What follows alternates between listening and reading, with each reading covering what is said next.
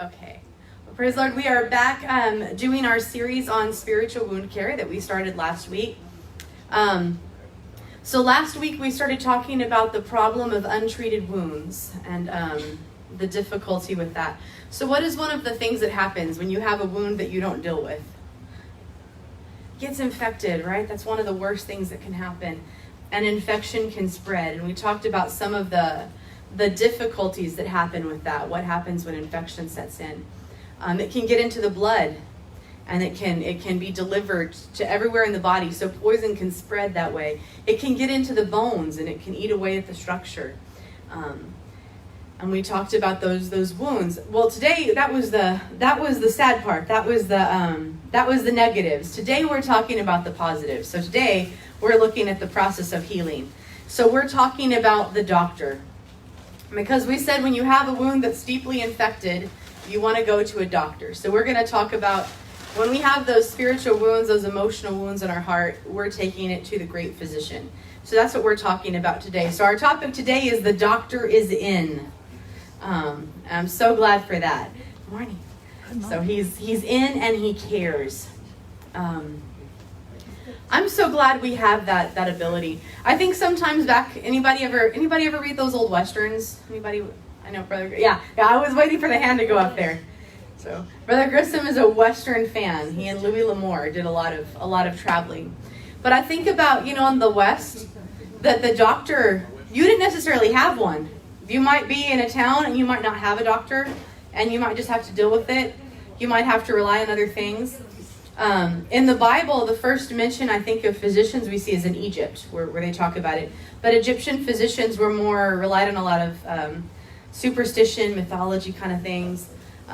In the Bible, in the context of God's people, we see that Asa was one of not a great king. And the verse talks about he relied on physicians rather than on God. So that's one of our first mentions. So in that case, it wasn't great. Not so much that the physicians were horrible, but because our faith should have been in him.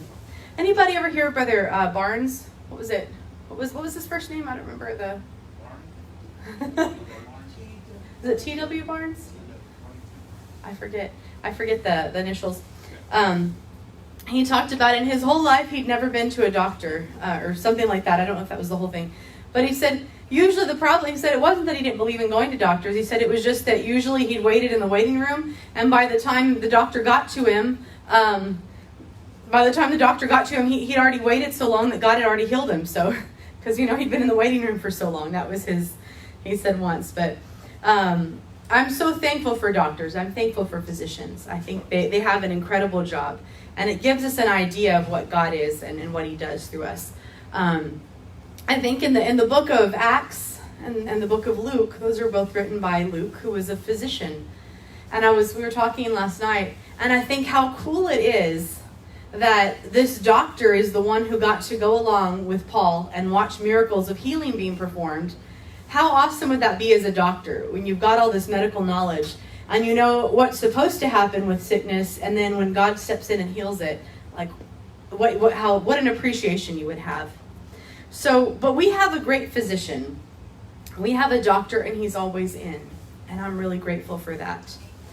I remember once I had an appointment at a doctor's office, and I'd waited 2 hours, which, is not actually unusual. I'd waited 2 hours, and all of a sudden, this guy comes in a hurry with a fishing pole, and he runs through the door where I went through the waiting room, and they're like, "Doctor, your patients have been waiting," and I realized he wasn't even in. He was out fishing, and that's where he was the whole time. The doctor wasn't even in. I could understand he was talking to patients or stuff, but he wasn't there. So he went fishing. He was a fishing doctor. So he was in, but he was in with the fish, right? So, and we understand doctors are human. We want to be compassionate and everything. But the beauty of it is our doctor, there's never time. He never goes fishing. He doesn't have to go fishing. So our doctor is always in. There's never a time he's not. So I want to look, in the Bible, we have some names of God. We have, call them the Jehovistic compounds. We sing about the Jehovah Jireh, right? My God is more than enough. I love that song. Because I've been in need. When you've been in need, you're really glad that he's Jehovah Jireh, that he sees to your needs. But we talk about God as Jehovah Rapha, or Jehovah Rophe, some people say. So, Jehovah Rapha, the Lord that healeth. And we get that in Exodus 5:26. So I want to start there, because this is where we start talking about God and how he heals in general. So in Exodus 5:26, they've left Egypt, the Israelites, and they've had this awesome moment of deliverance. They've sung the song, one of the most beautiful songs. In Spanish, we have that, Cantaré al Señor por siempre, su diestra es todo poder. Comes right from that. I don't think we have that in English. We need to write an English version of it, because it's one of the oldest songs, this beautiful moment of worship. And then they come to a place called Mara. And Mara means bitterness. And it's a place where the water is bitter. Has anybody ever been in a bitter place in life? I've been in a few of those. Where it's like the only thing to nourish me is bitterness. Where it's like that's the only thing there. They come to a place of bitterness. And you know what I find so interesting? They have just seen the greatest miracles. They've seen God do the most amazing things. They've seen him deliver. They've seen him protect their children when death was all around. And then they come to this place and bitterness sets in. There's almost nothing that'll kill worship like bitterness. Right. I've noticed in my life when there's bitterness there, it's really hard to worship. Worship tends to fall. So they come to Mara, the place of bitter waters, and they start to complain. Because one of the biggest companions of bitterness is complaint. Those two go together. What is it, like the song, like a wink and a smile? Except there's no smiling there. So bitterness and complaining. So they start to complain. The Bible talks a lot about murmuring. Have you ever heard like a group murmur? I love to hear it, like the crowd. It's like, right? You hear that like, it makes me think of my Chihuahua when she was mad. It was this little sound under the... It wasn't a big, loud noise, but it was just a little... And we just knew. She would do it a lot. It was funny. Sometimes she'd be licking me. But she'd be growling at the same time, just so I knew she wasn't happy. It's that little bit of, just to let you know, I'm not thrilled with this. So there's a place they begin to murmur. They begin to complain. That's one thing in my spirit I try to look. It's another way. We talked about some of the ways you know your spirit is wounded. If I find that I'm in a very negative place a lot, if I'm complaining a lot. Now there's something, I'm like, oh my word, it's cold outside. I wish I brought a jacket. Man, I'm cold. That's a little thing. That's not the end of the world. But if all I ever do is complain about the cold, there's something going on there. Maybe at some point I need to get a jacket. I need to deal with the situation. So I try to look at my life and think, am I murmuring a lot? Am I complaining a lot? Is it more than usual? This is a thing, too, we can examine in our lives. When I'm talking with other people, what do we talk about? If I'm talking about other people, there's something probably wounded there. There's something that needs to be dealt with. Because if most of what I'm doing is talking about other people, or if someone hurt me and I can't get off that, I can't stop talking about it. Somebody once, they talked about a thing, they said it's like sometimes when we're harboring bitterness and anger against a person, it's like you lock them in a cell in your heart. And whenever you have a moment, you smack them around inside. You can't do it outside. So inside, you punish them there. And you pull them out when you want. I don't know about y'all, but I'm going to be honest. I've been there a time or two. Sometimes we have those like, man, I should have said this. And if they were here, I would tell them this and this and this and this. Right? Like, oh... Now, I know some of that's how we process stuff, but if it's been a long time and I'm still doing that and I'm still pulling that person out of my heart and like, sometimes there's a root of bitterness there that I need to work on. But the beauty of it is that God didn't leave them in a place of bitterness. Right. They came to the place, it began to squelch their worship. They murmured they began to complain.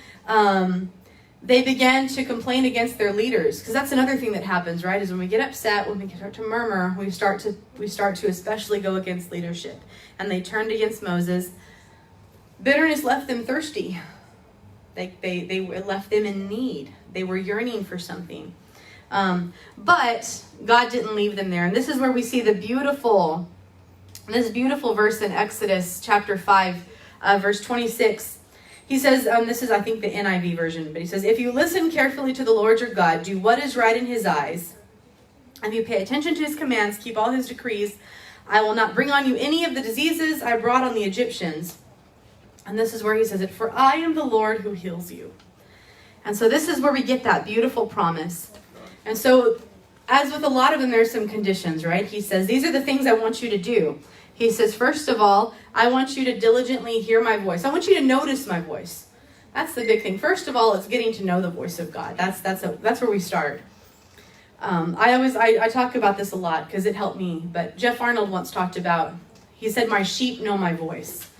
And the difference between a sheep and a lamb is a baby. It still needs to be held all the time and cuddled, and it needs to be reassured. The lamb doesn't know what to do if no one's holding it. But a sheep can hear the voice, and the voice is enough. So I know sometimes in my spiritual life, I've been a lamb. Sometimes in my spiritual life, I'm like, God, I need to feel you. I need 25 reassurances. I need every message to be about me. I need every song to be about me. Because I'm being a lamb. I'm still a baby in that way. I still need a lot of assurance. But one thing he's saying, there are times when sometimes we think, God, I don't know if you're there. And it's because he's trying to train us to be sheep. He's trying to help us grow. And he's saying, I don't want you to need to be held all the time. I want you to know my voice. And I want my voice to be enough for you. I know as babies need to be held. They've done research, by the way. So if you were a parent and you hear their baby cry and you run to them, you hold them, that's good. Because there's research that shows that babies that are held when they cry, they grow up more confident. They form healthy attachments, and that's a good thing. But the idea is, if you have a 25-year-old kid and they cry and you have to hold them, can you imagine? They're at work. Mom, somebody hurt my feelings, and you have to run and you have to hold them, and they're over there, like, I don't know, flipping burgers, and there you are holding them. You don't want that, right? The idea is eventually they can call you and hear your voice, and they're like, okay, I heard the voice. I feel a little bit better now. That's what we want to get to. And so the first thing he says is, hearken to my voice. Just hear my voice. Recognize it. Listen. Pay attention. Know that that's mine. And then he says, do what's right in my sight. So do the right thing. And then he says, listen to my commandments and keep my laws. And he says, those are the things that I'm asking of you. And he says, I will heal. So the beauty of it, obedience brings blessings. And then from Mara, the place of bitterness, the waters were healed. Moses cut down a tree and put it in the water. They've done research, and they've said there's no tree in that area that would cause water to be healed. And so we look at it like, well, that was kind of the whole point of the miracle, was that God, it wasn't about the tree, it was about the God who created the tree and who healed the water. But from Mara, God led them to another place, to an oasis, where it talks about all of the palm trees that were there. And so palm trees in the Bible, if you look, when they found palm trees in a desert, a palm tree tells you there's going to be water nearby. So it's a hopeful thing when you find them. That's awesome, isn't it? We're in the valley. We have palm trees here. That means there's water here. We're not in desert places. We're in a place where there's water. So God can take us from places of bitterness to places of abundance. And that's what he does as our healer, especially we're talking about emotional wounds. So Jehovah Rapha. Rapha means to restore or to make whole. One of my favorite passages in the New Testament, he talks about we are complete in him. God is the one who completes. I talk about this a lot in singles ministry, but a lot of people, has anybody ever heard that line, oh, you complete me? Heard that little line? I hate that line. Oh, I hate that line so much. I see it on little greeting cards and I want to rip them up. I'm like, oh, I don't like it. It frustrates me. It's sweet. It's a sweet line. But at the same time, I think I wouldn't want to put that kind of pressure on somebody. We're not supposed to complete one another. That's not biblical, because he completes us. Right. That actually goes back to pagan, back to ancient Greek, the idea that it's this idea that back in the day we were one creature and the gods got mad and they cut us in half and threw us to the other ends of the earth, and we spend our lives trying to find the other half. That's not biblical. That's not what he did. He created us and we're complete in him. And the idea is he completes us. And then that other person in our life, and really all of our relationships, we're able to offer something whole. For me, I can't imagine walking into a relationship thinking, there's only half of me that's here and it's up to you, man. You've got to fix the rest of it. That's not something to put on other people. We're complete in him. So that's what I love when we're talking about healing, and especially this emotional healing. He makes whole. He doesn't just heal, he makes whole. So whatever is missing and incomplete, that part of me that's always hurting, he heals it and he restores it and he completes it. Sometimes emotional wounds that we have are because we're incomplete. It's because there's a part that's empty and it needs to be filled. And he's the only one who can do it. We talk a lot about that. What is that God part? That part that nothing else can fill. Within that, I want to look at one of my favorite stories. I say this all the time. Like every story is my favorite story. But we read about this in a few Gospels. The woman with the issue of blood. I love this story. We don't know exactly what it was. People talk about it maybe being a hemorrhage, different things. But a few key points. One of the things she says is that she had this issue for years. This wasn't a thing that she just got a diagnosis. She had dealt with this for a long time. It had plagued her for a long time. She had spent everything on physicians. Even with insurance, you can still spend everything on physicians. It doesn't fix it all. I'm so grateful I have it, because having it versus not having it, it's a lot easier when you have it.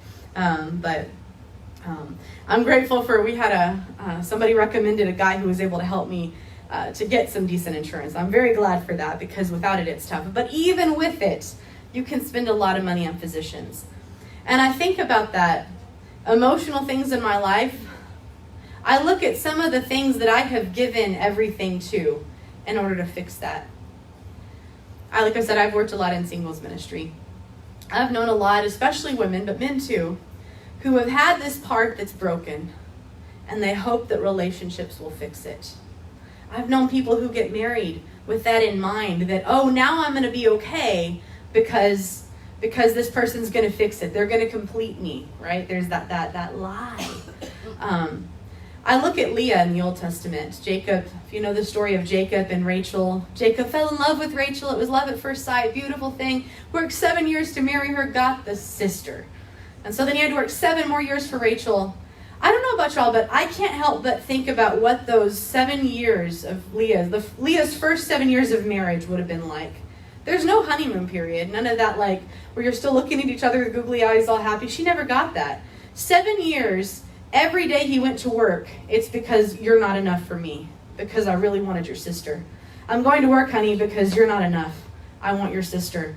Every day. Can you imagine the pain? If you can't imagine it, look at the names of her kids. I gave my husband a boy, maybe now he's going to love me. Oh, I gave my husband another boy, maybe now he's going to love me. There's that pain, that need to be filled with something. But we look at her 4th child, and that's when Judah comes along, and she says, now I will praise the Lord. Because there was a healing. I don't know how long it lasted or what happened, but something happened when Judah was born, because she said, what I'm looking for healing, I've given everything to it, it's not enough, but I found something, and in my praise, I'm going to find some overcoming. This woman had spent everything on physicians. I think about in life, sometimes there are different types of physicians we use. We self-medicate with a lot of stuff. We talk a lot about substance abuse. This is where all that comes in, right? People can self-medicate with alcohol.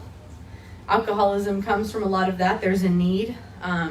And it's a giving everything to that, hoping that physician's going to help. There's drugs. We talk a lot. Those are the obvious ones, right? We always think about those. But there are other things like sometimes we can get lost in entertainment. Entertainment we can do. I've known people, when we'll sit for hours and hours and hours and just be entertained, because there's something about having to deal with the pain. We're looking for anything, any sort of doctor who'll fix it. And it's not enough. It never will be. I've known entertainers, who I haven't met them personally, but you see this a lot in the entertainment industry. There's a need for something. There's a lot of times the pain of needing to be recognized or appreciated or acknowledged. And they find that, I've got a great voice, or I can act, or I'm good at this sport. And they play that. But the thing with entertainment industry, they'll get the applause and they'll get the attention, but it's never enough. And the thing is, too, the world around us, it's a big machine, and it'll take all that talent, and once it's used up, it throws the person away, because all it cares about is the talent. But thank God we have a God who sees us, not just our abilities. He sees us, the heart of who we are. I don't know if anybody followed the whole Britney Spears, Britney's free now. So if you're millennials, we watched the Britney story. We kind of like noticed a little bit about her, but so Britney Spears had this thing where her father was a conservatorship. I can't say the word, and she wasn't in charge of her money for a while, but she had kind of a tragic story. I wasn't a big hardcore fan, but I watched every now and then like a little, or I read on her or something. But as I watched, as someone on the sidelines, I couldn't help but my heart would break, because I would see these situations where it was a person who needed attention and who something was broken. The family dynamics weren't there in her life. Relationships seemed to just go. And there was a point where she shaved her head, and I saw all these things where I'm thinking, she's crying for help. Is no one going to listen? She's crying here. This is not all attention getting. This is something, but there's something deeper. Because even other people, that need for adoration is never going to be enough. We spend everything sometimes on physicians. There's something broken, those deep emotional wounds, and we'll go to physicians that cannot help. Talk about in the Old Testament, he talks about gods with eyes that cannot see, ears that cannot hear. And that's what a lot of we turn to these days. So some turn to substance abuse, some turn to all kinds of things. We spend a lot on physicians in our lives. But eventually she came to the point of desperation, where she saw Jesus and she said, hey, I'm going to give that a shot. I'm going to give him a try. I love this story for so many reasons, but one of them is because healing her was never part of, the disciples' plan. He was on his way to something more important. I'll put that in quotes, more important. If you know the story of Jairus' daughter, right? We know it's a good story. When Jesus was on his way to see her, she was just sick. She wasn't dead. We know the story, if you know the Bible story, he raised her from the dead, and it was an amazing miracle. She wasn't supposed to be dead. When he came to see Jesus, she was just sick.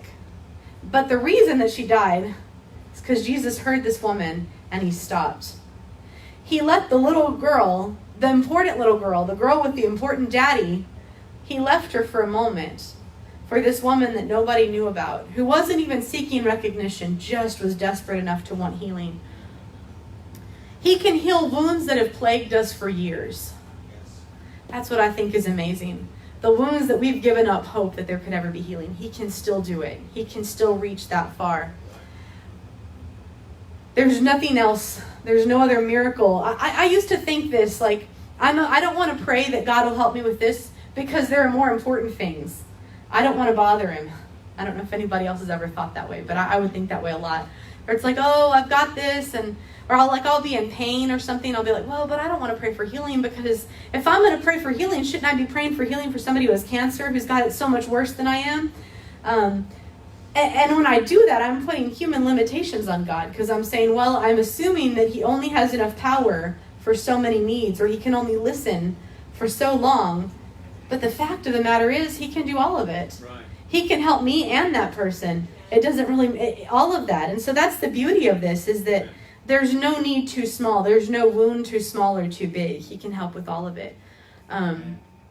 He didn't charge her. I love this too. Again, she'd spent everything on physicians. But the healing that she got, he didn't charge her for it. And that's the thing, salvation is free. It cost him everything. But he offers it freely. I was at a conference in Colombia several years ago, and we had just had an awesome service, and this lady came up to me and asked me if I would pray with her. So I helped her pray about something, and I told her I'd keep praying, and she shook my hand, and before I could do anything, she'd slipped money into it, and then she disappeared into the crowd, and I looked, and she'd given me money. She'd paid for a prayer, and that still gets me, because she wanted it so badly, and she said, I'll pay. She was new. She didn't know that we don't do that. That we just pray. You want us to pray with you? We'll pray with you. You want a Bible study? We'll give it to you. You don't have to pay anything. This is free. Why on earth would I charge for what God gave freely? And so I think in the long run, we weren't sure what to do. We put it in an offering. We gave it to a cause, because goodness, I wasn't going to keep that. But he didn't charge her. He just gives it freely. Our physician, People love the idea of socialized medicine, right? Where it's like, you can just get anything taken care of. We don't even have to do that. No one's taxes pay for it. We don't pay for it. He just offers. This healing comes freely. So that's the beauty of what we have. And so I was thinking about this idea of who he is as our healer, and looking at some of the ways he heals. So we see he can heal physically, right? We know the Old Testament, the story of Naaman. We also see so many stories in the New Testament. I won't go through all of them. But I love in Psalm 41, it says, "The Lord will strengthen him upon the bed of languishing. Thou wilt make all his bed in sickness." So when we're sick, I love that word, languishing. Anybody ever languished when you're sick? Yeah. It's not just being sick. It's, I'm sick, right? Yeah. Right. If you don't, you know a person who does that, right?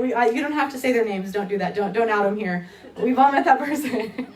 They don't just get sick. They get sick, right? So it's the bed of languishing. Even in the languishing, he heals. We see in Jonah, I love this, mental affliction. This is beautiful. He says, "The engulfing waters threatened me. The deep surrounded me. Seaweed was wrapped around my head. To the roots of the mountains I sank down. The earth beneath me barred me in forever." That is some drama there, man. But he was in a fish stomach for a while, so we'll give him that. He says, "But you, Lord my God, brought my life up from the pit. When my life was ebbing away, I remembered you, Lord, and my prayer rose to you, to your holy temple." So mental affliction, he heals from mental affliction. Sometimes those emotional wounds, they'll play havoc with our minds. I've had that happen. But he heals from mental affliction. He heals from spiritual fatigue. In Psalm 23, the famous psalm that we love so much, just verse 3 says, "He restoreth my soul."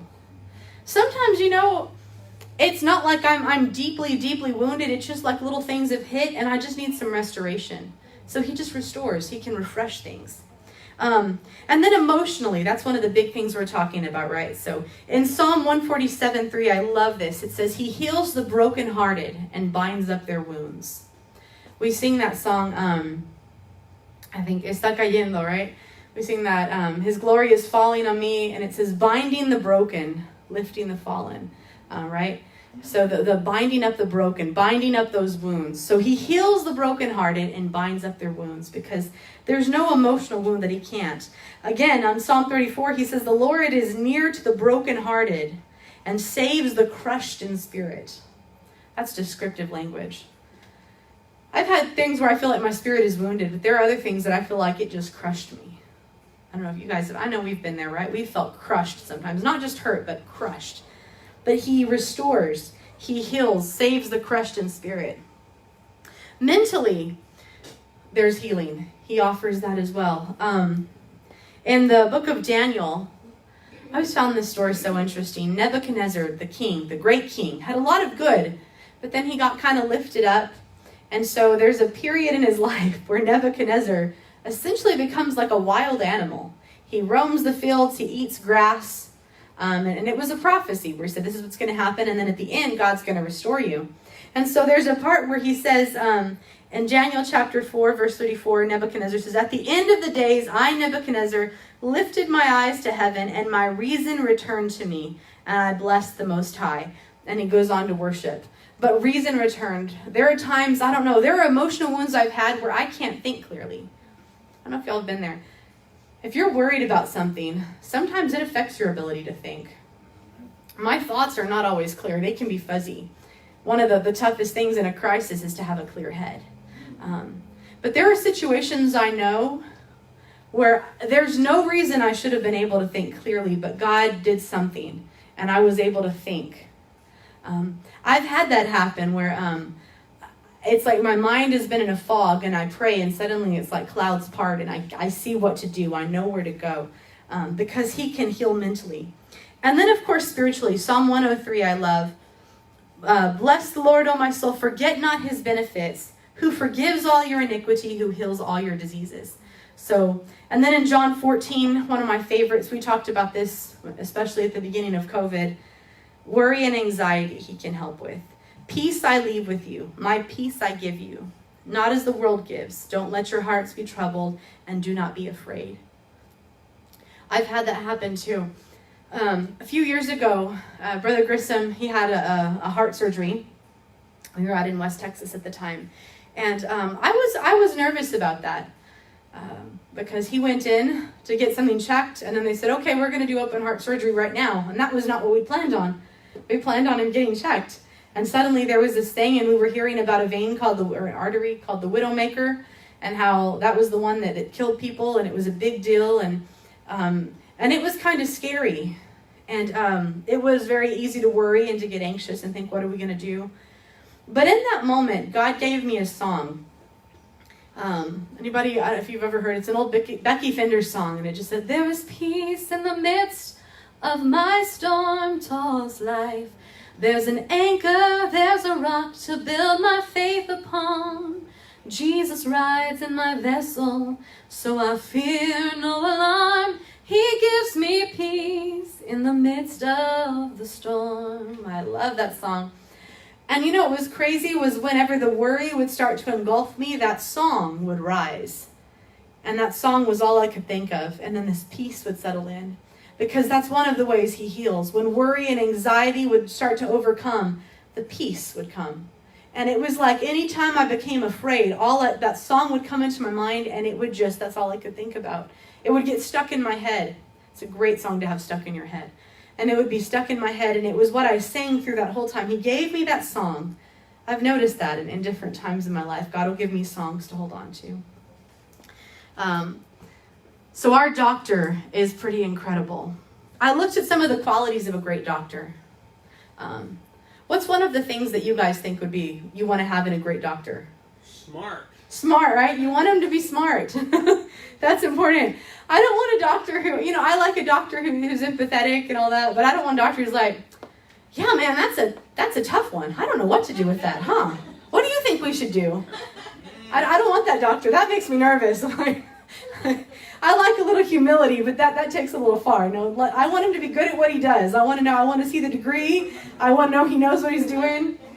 This is why surgeons I love. Surgeons are so confident. If you've ever, doctors and surgeons, they're a type of doctor, right? But surgeons have this confidence. They walk in there like, this is going to be a snap. I'm the best surgeon you've ever met. I do 1,000 of these a day. You're totally good. No problem, right? I feel good. When the surgeon walks in the room, even if I don't believe him, even if I think, man, this guy's full of himself, I'm kind of glad because I'm like, that's what I want to hear. But our doctor is all-knowing, right? He invented everything. He knows everything. So he knows my words. He knows my heart. That's what's so great to me. I don't know if you guys have had that moment, but I've had where I'm trying to understand why I feel a certain way.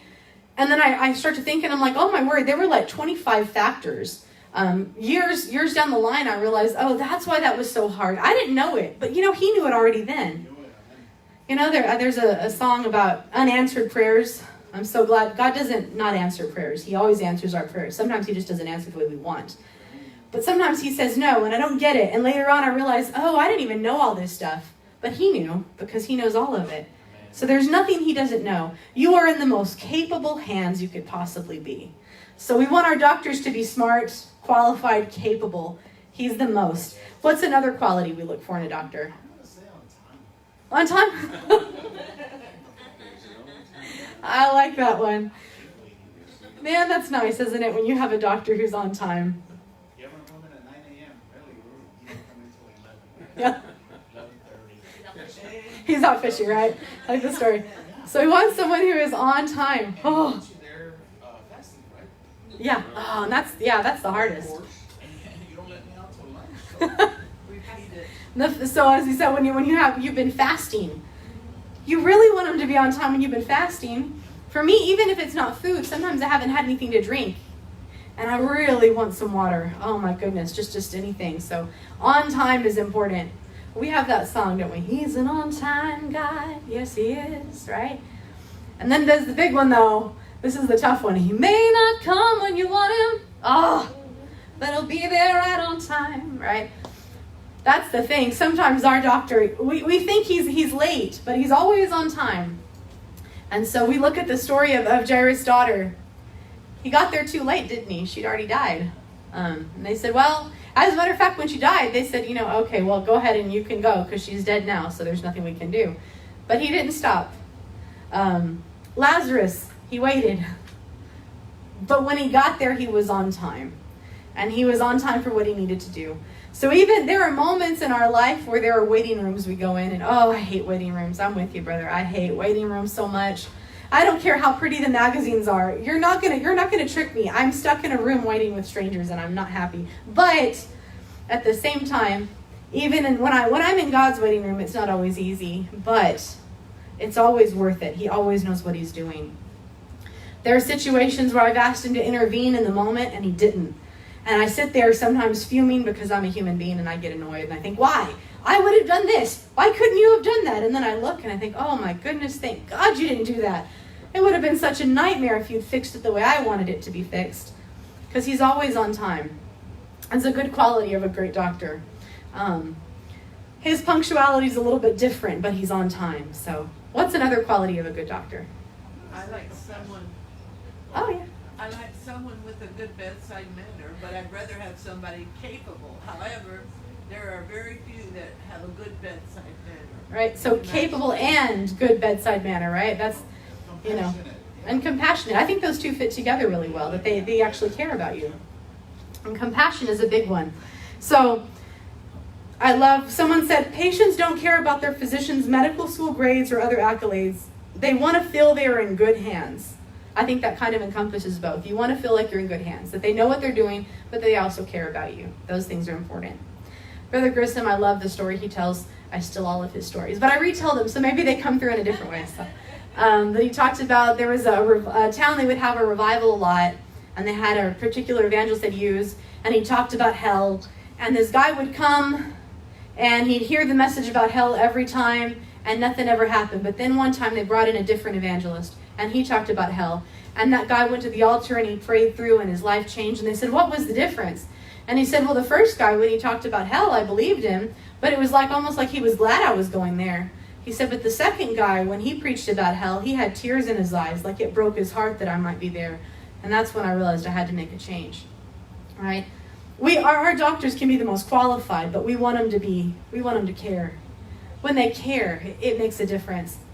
And this is, oh goodness, I don't want this to be a thing where it sounds like we're picking on doctors, because we're really not doctors. We are very grateful for what you do. We are. But I've had doctors who, they'll talk to me about a medical thing I'm dealing with, and they'll almost act glad. Like, well, you got yourself into this mess, now let's see you get out of it, right? I've had those kind of things where they're like, well, this is the situation. And I think, oh, well, but then I've had those who say, my mom went through this, and I saw how she suffered. I don't want you to suffer like that. And suddenly, I'm in. I believe them, but they also care, and it makes all the difference.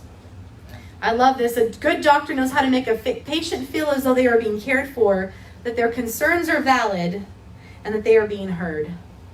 There are moments when I pray, and I don't really know that it's much of a prayer session. I'm just mad about stuff, or I'm just hurting, and I'm just talking because I need to be heard. And God hears.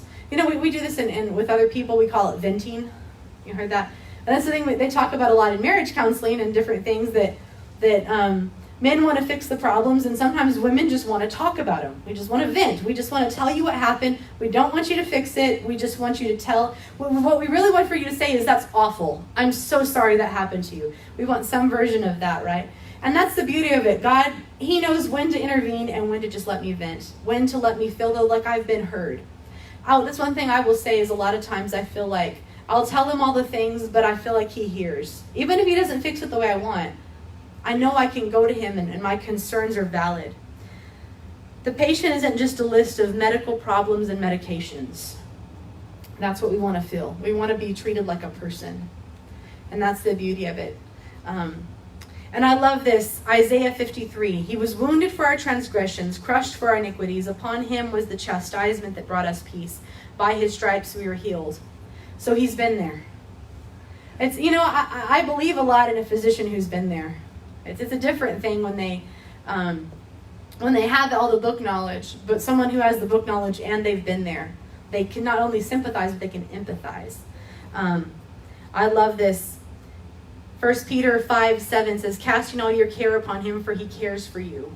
It's okay. You can cast that on him because he cares. And then one of my favorite things here, this is in Matthew 14:14. And you see this often, this phrase. And Jesus went forth, saw a great multitude, and this is the key. It says, he was moved with compassion toward them, and he healed their sick. So the healing that God does in our lives isn't just healing. There's compassion. He sees and he has compassion. We see this often, actually. A lot of the miracles, if you look in the New Testament, it'll say Jesus was moved with compassion. I love that phrase because it doesn't just say he had compassion. He was moved with compassion. Compassion propels us to action. If we're really compassionate, we don't just sit there and say, oh, how sad. We do something. And so because he was moved. I'm going to look at another one here that I think is great. Another one is a good physician is a good communicator. Anybody ever noticed that? I've had a doctor sometimes who tells you all this great stuff and you don't know what happened. You're more confused than when you walked in. This one kind of with a little bit of both. I was in the emergency room and there had been a horrible, horrible accident, and this family, their loved one had died. And I was there working as a chaplain, helping the family out. And the doctor came in and he talked about, he's a good doctor, he's a great doctor. He just had a little bedside manner work to do. But he walked in and he told them all the stuff that had happened and talked about the internal processes that had happened when the collision was there and what that caused, the chain reaction in the man's body and why he died. And he went through all of it and they were confused. And then he talked a little bit about some of the stuff. And finally, one of the family members asked a question and said, Doctor, can you give us any hope? And he said, well, if it hurts, he said, well, if it helps, he probably didn't feel anything. He probably died at the first moment. Really, it was like that was what they wanted to know, was that he wasn't in pain. They talked about everything that happened. They wanted to know he wasn't in pain. He didn't feel it. So that did in the long run. But that communication, right? It makes a difference when they communicate well. Being a good listener. The beauty is that God knows our needs before we can speak them. He knows our needs before we even have them. Before it even happens, he knows. Romans 8 says, likewise, the Spirit also helpeth our infirmities, for we know not what we should pray for as we ought. So we don't always even know what to pray about. But I love this. But the Spirit itself maketh intercession for us with groanings which cannot be uttered. I love this verse because I have been there.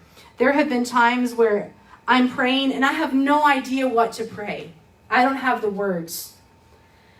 Especially in tragedy and crisis. There are situations that are so horrific. I think, God, every word I say doesn't seem like it's enough. But that's the beauty of it, is the Spirit makes intercession for us. We don't even have to know what to ask for. He knows what we need. There are times when I'm praying and all I can say is, but he knows. He knows exactly what that is. That's, I think, one of the most beautiful things. There are times when I go to see a doctor, and the doctor can only help me to the extent that they can understand my problem. And there are times when I don't know what information they need.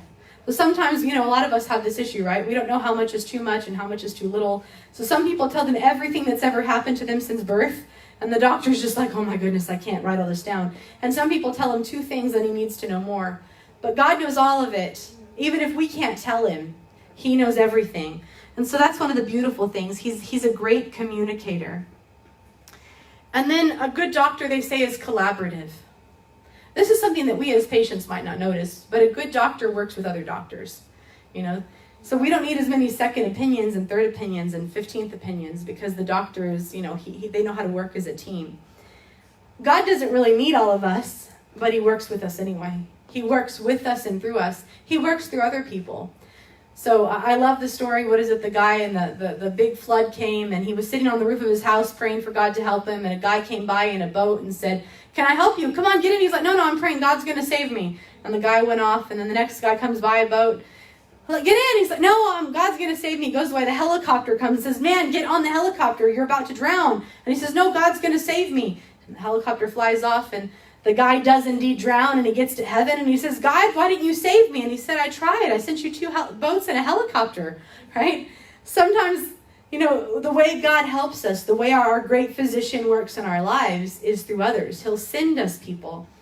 This is when I get a little concerned when I hear people say things like, well, I don't really need to go to church. I don't need any of that. God will just wherever.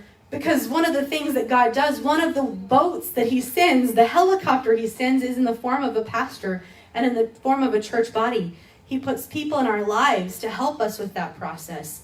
And that's one of the great ways he does it. There have been times where he's ministered to me through a song, through a sermon, through even a poem sometimes.